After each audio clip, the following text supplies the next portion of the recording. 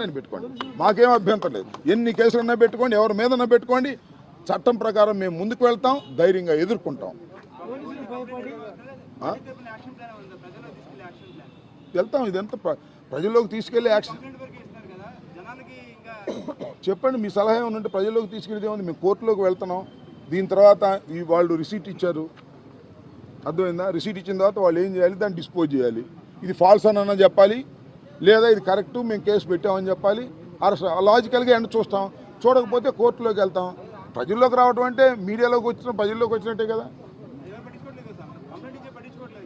పట్టించుకోకపోతే legal ways ఉన్నాయంటున్నాను. There is legal ways. భారత రాజ్యాంగం ఉంది. భారత రాజ్యాంగం ప్రకారం, చట్ట ప్రకారమే ఏ పోలీస్ ఆఫీసర్ అయినా యాక్ట్ చేయాలి. లేకపోతే దానికి లీగల్ యాక్షన్ మేము తీసుకుంటాం. అవసరమైతే జగన్మోహన్ రెడ్డి గారు చెప్పారు, ప్రైవేట్ కంప్లైంట్స్ వేస్తాం. There are so many ways.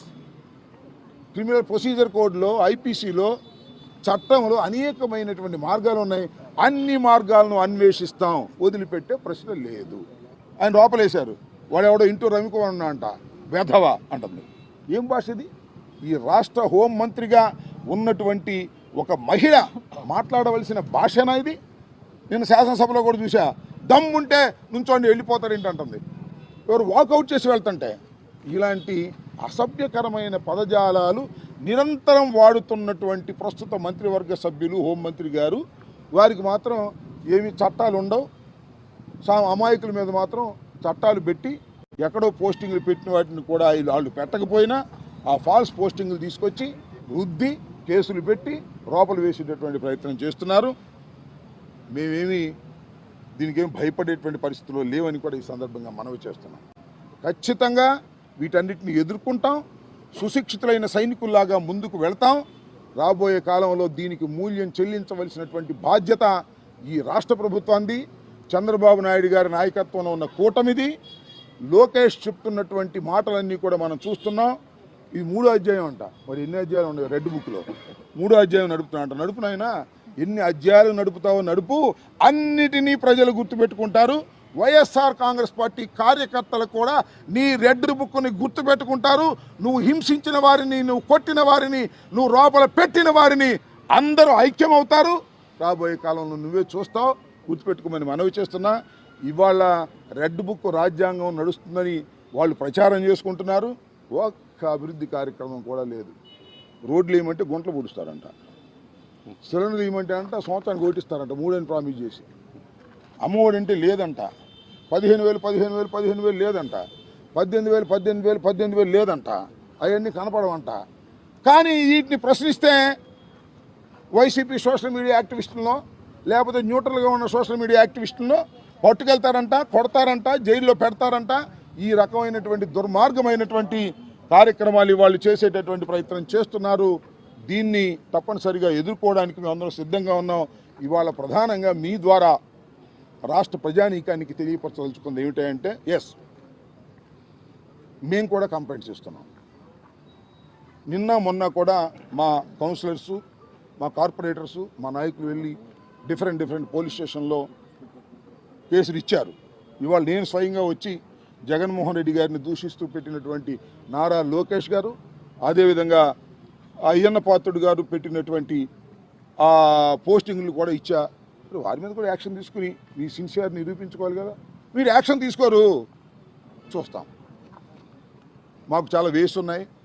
High court ఉంది, సుప్రీంకోర్టు కూడా ఉంది.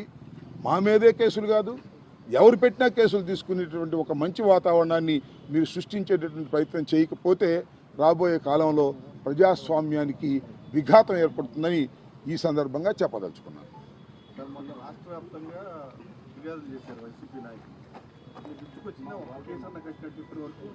రాష్ట్ర వ్యాప్తంగా సంగతి ఏమో కానీ రజని మా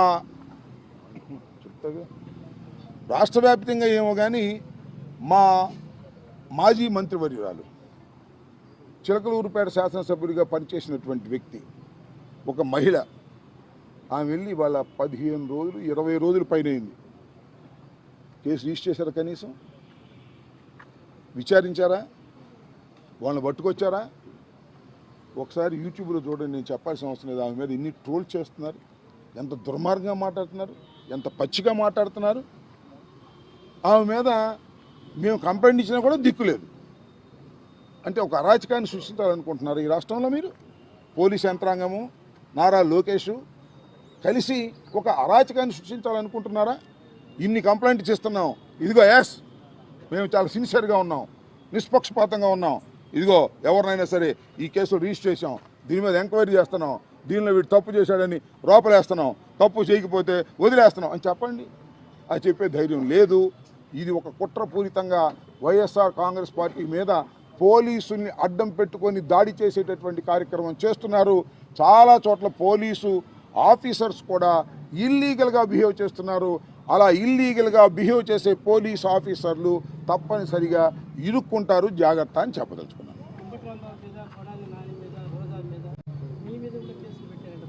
జగన్మోహన్ రెడ్డి గారి మీద పెట్టారు, నా మీద పెడతారు, చాలామంది మీద పెడతారు. అసలు వైఎస్ఆర్ కాంగ్రెస్ పార్టీ శ్రేణుల మీద, నాయకుల మీద, అందరి మీద కేసులు పెట్టుకోండి, మాకేం అభ్యంతరం లేదు.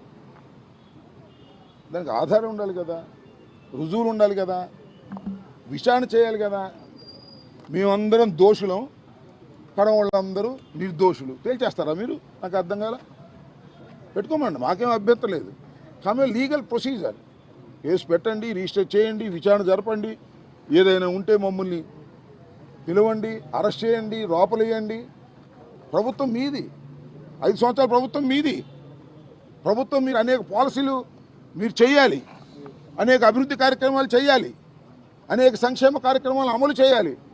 ఇంతేనా? ఇది కదా చేయాల్సింది మీరు. రాంబాబుని అరెస్ట్ చేస్తాం, రోజాను అరెస్ట్ చేస్తాం, జగన్మోహన్ రెడ్డి గారి మీద కేసు పెడతాం, కనపడ్డంలో రోపలేస్తాం. ఇదే మీ పరిపాలన? నేను అడుగుతా ఉన్నా.